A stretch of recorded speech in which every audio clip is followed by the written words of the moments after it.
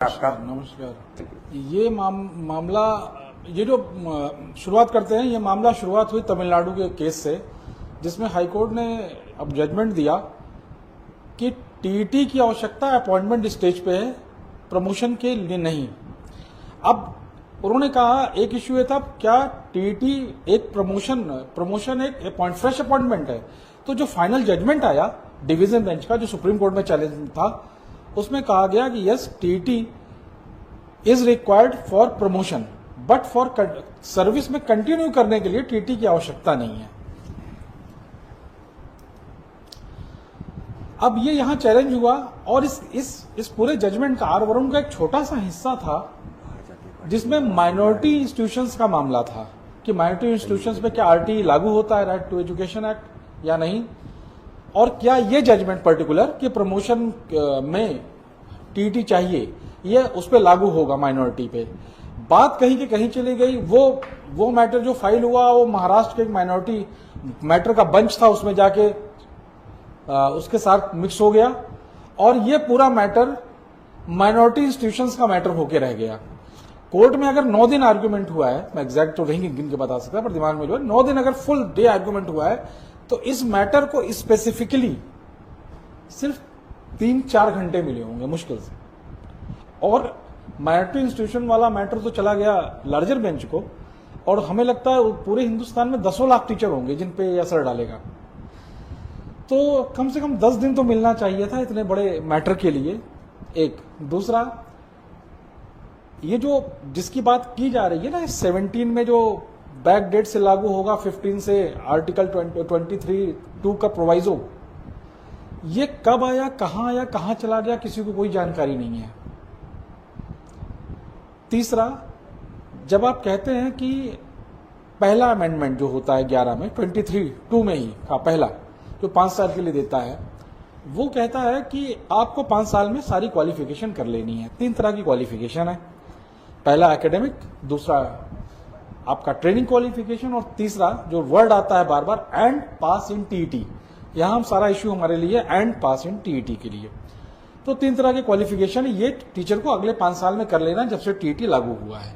किसी इंस्टीट्यूशन ने, सरकार की बात करें, प्राइवेट का तो अलग मुद्दा है, किसी सरकार ने कभी टीचर से कहा कि जो भी पुराने टीचर और उनके पास टीईटी नहीं है, हमें ये कब तक करके दोगे।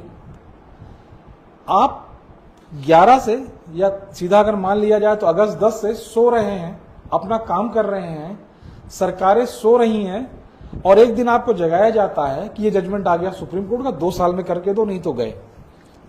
अब एक बहुत न्याय का पहला सिद्धांत होता है नेचुरल जस्टिस का, ऑडी ऑल्टरम पैटर्न। कम से कम यार सुना तो जाए मुझे।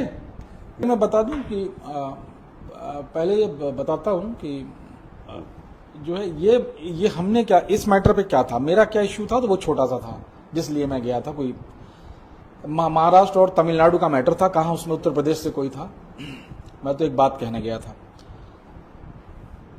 जब चर्चा के दौरान ये हुआ कि क्या इसका असर पूरे हिंदुस्तान में होने जा रहा है, क्योंकि सेंट्रल लेजिस्लेशन है, और फिर वही बात प्रमोशन की थी, प्रमोशन में टीटी की जरूरत है कि नहीं, अपॉइंटमेंट में है कि नहीं, ये तो इश्यू ही कहीं नहीं आया। तो ये कहा गया, एक सीनियर एडवोकेट सुनील गुप्ता जी थे, उन्होंने कहा कि माय लॉर्ड, आज के दिन मुझे अगर वो जो एडवोकेट्स ऑल इंडिया बार एग्जाम पास करते हैं ना बीएलएलबी के बाद, वो क्वालिफाई करना हो तो मैं फेल हो जाऊं। हमने भी कही कि मेरे बस का भी नहीं है, बड़ा मुश्किल है।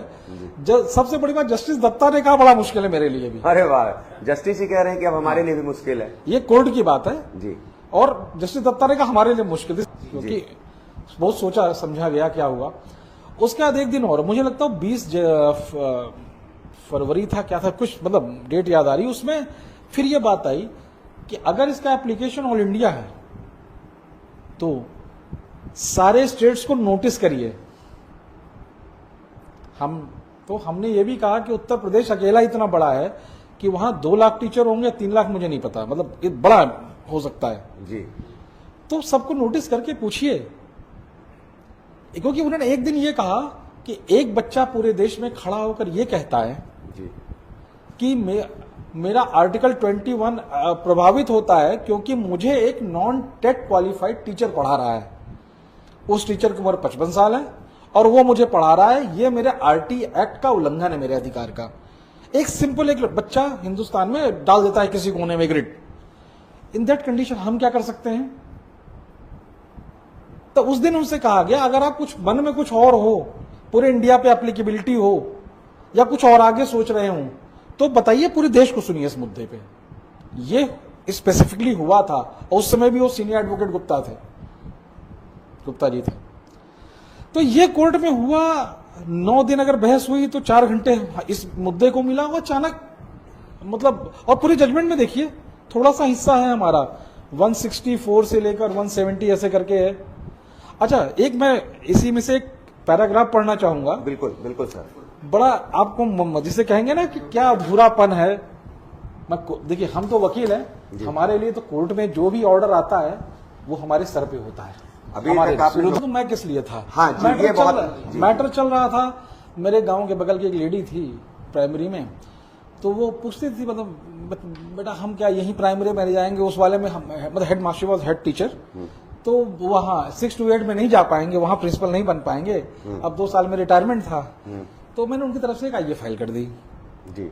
ये सिर्फ इतना सा पोर्शन मेरा कहना था कि ये जो बुजुर्ग टीचर हैं, अब उस देखिए प्रमोशन, ये कानून मानता है कि प्रमोशन जो है सबसे बड़ा सर्विस में गिफ्ट होता है। यस। और सबसे बड़ा मतलब आपको जिसे कहते हैं ना, आपकी जिंदगी का सबसे बड़ा सर्विस में एक मतलब गिफ्ट आता है, जो लालच जिसे कहते हैं वो आती है, जो आकर्षित करती है तरक्की के लिए। तो मैंने कहा लेडी के लिए कर देता हूं मैं, 1-2 लोग और भी हो गए उनके साथ।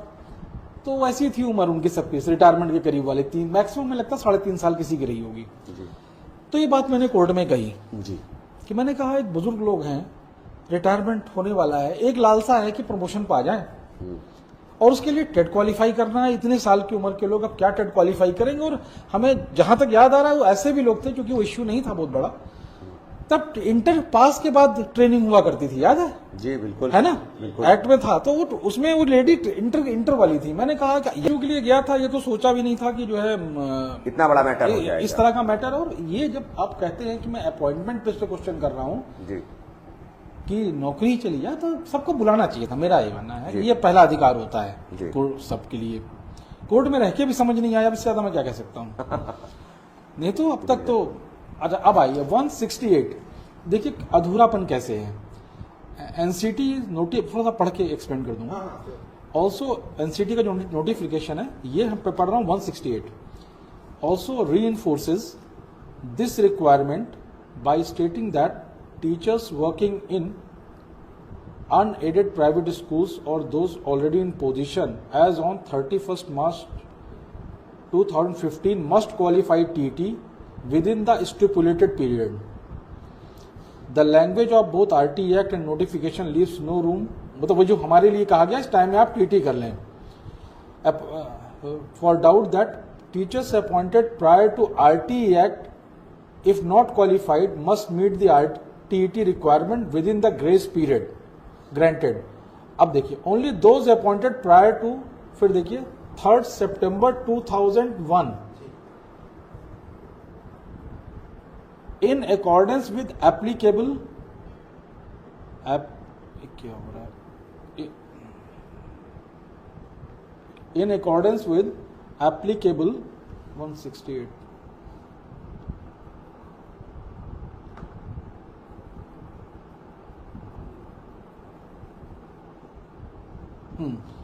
Only those appointed prior to. देखिए गौर कह रहा है सबको होना चाहिए, फिर कह रहा है कि 3rd सितंबर 2001 से पहले जो है in accordance with applicable recruitment rules और those covered by specific exceptions. Example दिया है स्पेशल बीटीसी और D.ED, क्या पढ़ेंगे, डीएड बोलते हैं, डीएड कोर्सेज वर एग्जेम्प्टेड। 3 चीजें खुद कह रहे हैं कि एग्जेम्प्ट हैं 3 लोग, एक डीएड वाले, एक स्पेशल बीटीसी वाले, एक 3 सितंबर 2001 से पहले वाले। अब ये आपने डिस्कस किया है मगर एक्सप्लेन कहीं नहीं किया आखिरी में। तो ये जो ऑर्डर है ये कह रहा है कि रिव्यू की डिमांड कर रहा है, आपके अपनी चीजें कंप्लीट नहीं है। ये ऑर्डर क्लैरिफिकेशन की एप्लीकेशन मांग रहा है, ठीक है। तीसरा, ये ऑर्डर मॉडिफिकेशन ही मांगेगा। कैसे आते हैं? अब आप ही का जो रूल है वो कहता है 5 साल में जो लोग टेट नहीं हो जाने चाहिए, जब से टेट लागू हुआ जी। फिर एक वो 2017 वाला जो अचानक प्रकट हुआ है जी। नोटिफिकेशन, उसको कोर्ट ने खुद कैलकुलेट करके बताया ये 15 से लागू हुआ अगले 4 साल के लिए, इसलिए 2019 डेट होती है जी। तो 2019 तक, यानी एक बार 5 साल मिला, एक बार 4 साल। अब होना क्या चाहिए था कि सरकारें जो हैं वो हमसे कहती कि देखिए जिन लोगों का टेट नहीं है 5 साल का समय है, मुझे तो 1 साल पहले करके दो। जी। आप पे प्रेशर होता, आप करते। फिर एक समय निकल गया डेडलाइन, फिर सरकार ने 4 साल दिया, तो कुल मिला के मुझे 9 साल की डेडलाइन मिलती। मैं तो सिर्फ ये कह रहा हूँ कोर्ट मुझे 5 साल की डेडलाइन दे दे। देखिए मैं 3 लेवल, हर लेवल पे अलग अलग बात कर रहा हूँ। वही मैंने मॉडिफिकेशन की बात की, अभी रिव्यू की बात की, अब मैं एक डायरेक्शन की बात कर रहा हूँ। जी। तो ये नहीं कि एक बात है, अलग अलग बनेगी चीजें, कौन सी कितनी प्रभावी होगी, ये चर्चा का विषय है। ये मतलब आज मैं कुछ कह रहा हूँ, कल को हो सकता है कुछ और कहूँ। ये तो कितना आप पढ़ते हो, कितना इनपुट आता है, ये होता है। मैं अंदर था तो थोड़ा सा और बेटर बता सकता हूँ किसी और से, ये अंतर है। कल को आदमी तैयार हो जाएगा, तो ज्ञान पे किसी का वो। अब आते हैं हम लोग, सरकारों का क्या दायित्व था, उन्होंने नहीं किया। सारा दायित्व तो मेरा हो गया कि मैंने टीटी पास नहीं किया, बड़ा निकम्मा हूं मैं।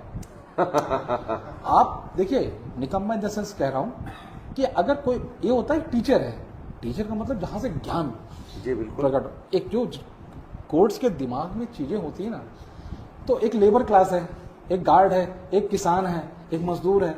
वैसे जब टीचर की आप बात करें, आप अपने बारे में क्या सोचते हो, आप एक दूसरे के बारे में क्या सोचते हो, अलग चीज है। मगर कोर्ट वो ये मानता है कि आप लोग ज्ञान का भंडार है, ज्ञान प्राप्त करना कोई बड़ी चीज नहीं है आपके लिए जी। वो माइंडसेट के साथ कोर्ट वर्क करती है जी। कि जो दूसरे में ज्ञान पैदा कर दे, वो अपने लिए तैयार होने में कितनी देर लगती है। निश्चित ये माइंडसेट होता है कोर्ट का, और जो टॉप कोर्ट बैठी है उसके बारे में मैं कह सकता हूँ ये तो पॉजिटिव सोच है कोर्ट की कि हाँ हम कर सकते हैं। मगर उसके जो रिपरकशन है, उसका जो असर इतना नेगेटिव है, तो कोर्ट को ये समझाना है, कोर्ट को ये समझाना है कि औरों की भी तो गलती है इसमें। जो लेजिस्लेशन है, 3 पार्ट होते हैं लेजिस्लेशन, उसने मुझे विधायिका ने 9 साल दिया, 5 साल और 4 साल।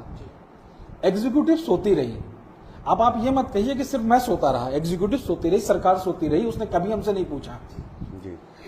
उसके बाद पूछने की हिम्मत भी नहीं पड़ेगी अब इतने साल बाद। अब मुझे जो विधायिका 9 साल दे रही थी, एग्जीक्यूटिव के सोने के सो गई, और आज सरकार मतलब कोर्ट मुझे 2 साल दे रही है। तो आप मुझे 4 साल छोड़ दीजिए, पहला वाला 5 साल दे दीजिए जी। मैंने कहा ना कि ये मत सुन लीजिए, ये मैं कह रहा हूँ सिर्फ अकेले जी जी। ये एप्लीकेशन पड़ती है कि इसमें कुछ मत करिए, 5 साल दे दीजिए जी। अब आपका गाइडलाइन है ना, गाइडलाइन टू कंडक्ट टीटी, जिसपे शिव कुमार पाठक केस चला था जी, उसमें है कि हर 6 महीने में टीटी होगा जी। तो 5 साल में 10 टीटी मुझे मिलेगा जी।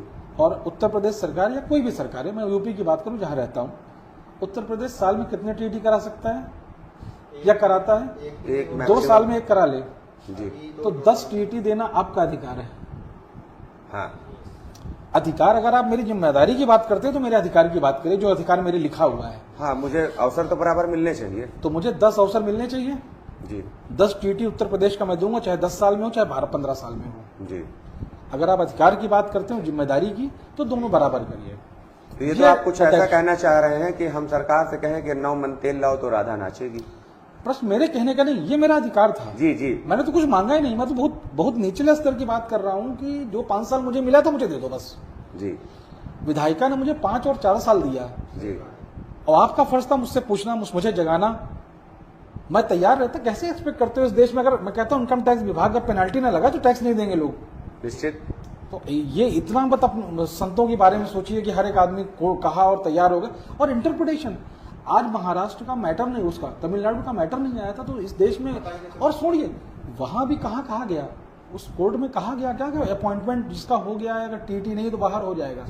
जब हाई कोर्ट डिवीजन बेंच बात नहीं समझ सकी जी, तो अचानक सुप्रीम कोर्ट का एक आदेश आता, हमसे उम्मीद की जाए कि हम पहले दिन समझ गए होंगे सारी चीजें। ऐसा मतलब एक आम आदमी से टीचर होना अलग चीज है, लीगल भाषा समझना अलग चीज है, और कहने वाला भी एक चाहिए। हम बच्चों को रोज कहते हैं ना कि तुम ये करो, वैसे हमसे हमारा जो एम्प्लॉई है उनसे कहेगा अपना सर्टिफिकेट ले आओ टीईटी पास, तो हम कहते हैं ना 5 साल मेरे पास है। जी विधायिका ने फिर 4 साल दिया, अरे 9 साल छोड़ो, मैं 5 दे दो, और 5 साल का मतलब 10 टीईटी, उतना दे दो, हमारे लिए बहुत है। ये एक हुआ, ये आखिरी की वो है, ये आखिरी पॉइंट, ये आखिरी का इश्यू है जहां डायरेक्शंस की हम बात करते हैं। बाकी मैंने अभी पढ़ के सुनाया, खुद ही अधूरा है जजमेंट। एग्जाम्शन दिया, लास्ट में आप कुछ नहीं कहते हो एग्जाम्शन के बारे में। 3 कैटेगरी का एग्जाम्शन आपने दे दिया है विद द वर्ड एक्स्ट्रा, कि मतलब और भी है, तो वो हम बताएंगे ना एग्जाम्शन किसको है। चौथा आखिरी चीज, कोई चीज आती है, कोई एक्ट आता है, कोई रूल आता है, कोई नोटिफिकेशन आता है, तो उसको हम चैलेंज करते हैं, ये हमारा अधिकार है जी निश्चित। उसके वायर्स चैलेंज करते हैं कि भाई अल्ट्रा वायर्स है। अभी तक तो किसी ने क्वेश्चन ही नहीं किया, इस पूरे आर्गुमेंट में कहा है कि मैंने चैलेंज किया हो because of this this this reason, ये नोटिफिकेशन गलत है, इसमें है कहीं पूरे ऑर्डर में? तो अभी इसका वायर से चैलेंज नहीं हुआ है। अभी तो जो काम मुझे हाईकोर्ट में करना था डिवीजन बेंच में, वो तो हुआ ही नहीं है। Let me do it, that is my right. तो अभी तो कुछ हुआ ही नहीं है, बस ये है कि एक जजमेंट आ गया है जो मुझ पर एप्लीकेबल है, माननीय उच्चतम न्यायालय का है तो मुझ पर एप्लीकेबल होगा मेरे लिए, क्योंकि वो नोटिफिकेशन था। पर मुझे कहने तो दो, मेरी बात तो सुनी जाए। I will challenge the ultra vires. मैं तो चैलेंज ही नहीं किया अभी तक, और जब चैलेंज करेंगे, मेरी बात सुनिए वकील की, आप लोगों के पास कितने उसमें पॉइंट्स होंगे मैं समझ सकता हूं जी निश्चित, कि टीटी का पर्पस क्या था, टीटी का सिलेबस क्या था, टीटी में होता क्या है। मैंने भी एक 29,000 एक मैटर किया था साइंस मैथ्स वाला, उसमें पूरा सिलेबस में बड़ी मेहनत की थी। जी जी हाँ, सीनियर और जूनियर का उसमें था, उसमें बड़ी मेहनत की थी। तो उसमें क्या बोलते हैं, जूनियर 1 to 5 वाले बच्चों की साइकोलॉजी कैसी होती है और इसमें किस में होती है, ठीक है। कुछ मैथ्स होता है, दोनों का लेवल अलग होता है। एक बार ये मेहनत की, एक बार किसी मैटर में मेहनत की थी मैंने, जहाँ ट्रेनिंग जहाँ पर ये बीएड बीटीसी पढ़ाई जाती है, बीएड, और बीएड वाले कोर्सेज कैसे होते हैं, खैर वो यहाँ इशू नहीं है। तो आप ये बताएंगे ना, ये हिस्सा मुझ पे एप्लीकेबल नहीं है टीचर। अच्छा, आप देखिए इसी हाई कोर्ट में डिवीजन बेंच कहता है कि क्वालिफिकेशन चाहिए थी कि एक नौकरी के लिए, मान लीजिए प्रिंसिपल बनना है आपको, क्लास 6 to 8 का 3 साल ट्रेनिंग की क्वालिफिकेशन चाहिए। आप एक क्वालिफिकेशन होती है कि 3 साल एज टीचर आप उसको ट्रेनिंग मानते हैं, 3 साल ट्रेंड रहे आप। अब ये 3 साल का जो एक्सपीरियंस है, पता चलता है के पास नहीं था या टेक्निकली नहीं था। बहुत बातें ना यहाँ टेक्निकली आ जाती है, नहीं था। एक बार आया कि उस सरकारी से पैसा नहीं मिल रहा था इसलिए नहीं माना जाएगा, वो स्ट्रक डाउन हुआ सुप्रीम कोर्ट में, नहीं हुआ। उसके बाद सुप्रीम कोर्ट में मैटर पहुंचा, 10 साल हो गए, 12 साल हो गए नौकरी के। कोर्ट ने कहा अभी इतना पढ़ा चुका है खुद कि अब इससे कौन से उसकी बात हम करें। इनिशियल अपॉइंटमेंट के समय ना भी रहा हो इसका 3 साल का एक्सपीरियंस, आज तो 13 साल का है। मैं इस बात को इसलिए कह रहा हूं कि उसी एक्सपीरियंस, एक टेट एग्जामिनेशन, क्या उसकी इतना उसमें वेट है कि वो आपको आउट कर सकता है। ये आर्गुमेंट का विषय है। वो जितने भाग में टूटेगा, मैंने कहा मैं तो मैथ्स और साइकोलॉजी पे मेरा ध्यान था, उससे ज्यादा मैंने कभी देखा नहीं उसको। उसे 29,000 में मेहनत की थी एक बार। तो साइकोलॉजी बच्चे की, देखिए 2 तरह की चीजें होती हैं। एक बच्चे को पढ़ाते पढ़ाते उसकी साइकोलॉजी क्या है मैं जानता हूँ, ठीक है। कानून की किताब ये रही और इसको भी पढ़ सकता है, आप भी पढ़ सकते हैं, कोई भी। मगर कोर्ट में जाके एक प्रैक्टिकल एक्सपीरियंस होता है कि क्या क्वेश्चन जज से आएगा, क्या अदर साइड से आएगा जी। एक प्रैक्टिकल एग्जैक्टली आप लोग वो है जो साइकोलॉजी का पार्ट है, उससे ऊपर हम बच्चों को डायरेक्ट हैंडल कर रहे हैं। तो क्या इतने साल का एक्सपीरियंस के ऊपर टेट के क्वालिफिकेशन मस्ट है? अभी तो पहला मुद्दा यही आएगा। ऐसे बहुत सारे इश्यूज आएंगे जहां experiences versus a particular qualifying a particular exam, इन दोनों के बीच की जो रस्साकसी है वो हम चैलेंज करेंगे वायर्स में, जिसका मेरा अधिकार है, मुझे करना चाहिए। अब आप कहें कि डेले एंड लैचेस में उड़ गया वो 2010 और 11 में करना चाहिए था, then this is something very harsh. इस देश में मान के चला जाता है कि कोई भी कानून होता है जिस पे एप्लीकेबल उसे पता होगा, अदरवाइज देश ही खड़ा हो जाएगा, कोई भी देश हो। अगर इग्नोरेंस ऑफ लॉ पे चलेगा तो आप इग्नोरेंस ऑफ लॉ प्ली नहीं ले सकते, हम भी नहीं ले रहे हैं। मुझे याद है बीएड का एक लेटेस्ट मेरी मतलब बड़ी सफलताओं में एक था बीएड क्या 2018 में कब आया था ना, जून में इंट्रोड्यूस हुआ था, 69,000 भर्ती उसी पे आई थी यूपी की, बीएड क्वालिफिकेशन मानी गई थी। हाँ, और राजस्थान में, हाँ एग्जैक्टली, राजस्थान में चैलेंज हो गया, राजस्थान ने दिया नहीं, BEd cannot be a qualification और बीटीसी ही है। सुप्रीम कोर्ट ने अपहोल्ड कर दिया और हमारे ये जज साहब दोनों रिटायर हो गए, अब तो जस्टिस धुली जस्ट अभी हुए। तो अचानक सबको पता चला, हम पे भी लागू हुए पूरे देश में। उसमें जानते हैं बहुत बारीक सा था जो हमारा उत्तर प्रदेश बच गया, हमें तो यूपी से मतलब था। उसमें सिर्फ जब तक वो राजस्थान से पुरोहित वाला जजमेंट आया, वो इट वॉज समवेयर सितंबर ऐसा कुछ था, और हमारा एक मैक्सिमम आप मार्च अप्रैल तक कह सकते हैं सारे अपॉइंटमेंट हो गए थे 69 में। वो बचे खुचे वाले जो अलग होता है ना, किसी का कुछ रह गया वो अलग चीज है, सारे अपॉइंटमेंट्स हो गए थे। तो वो डिवाइड, एक नया आईए आई और उस आईए में कहा गया, वो आईए है हमने सबसे पहले फाइल की, फिर बिना सरकार के कुछ नहीं होता है, एक इंडिविजुअल की आईए। फिर वो ढूंढते ढूंढते मध्य प्रदेश में मैटर चल रहा था, चलिए वहाँ के डबल एजी वगैरह थे, तो उनको समझाया कि ये मैटर यहाँ लड़ोगे वहाँ तो हारना है, once there is judgement from supreme court, high court क्या करेगा।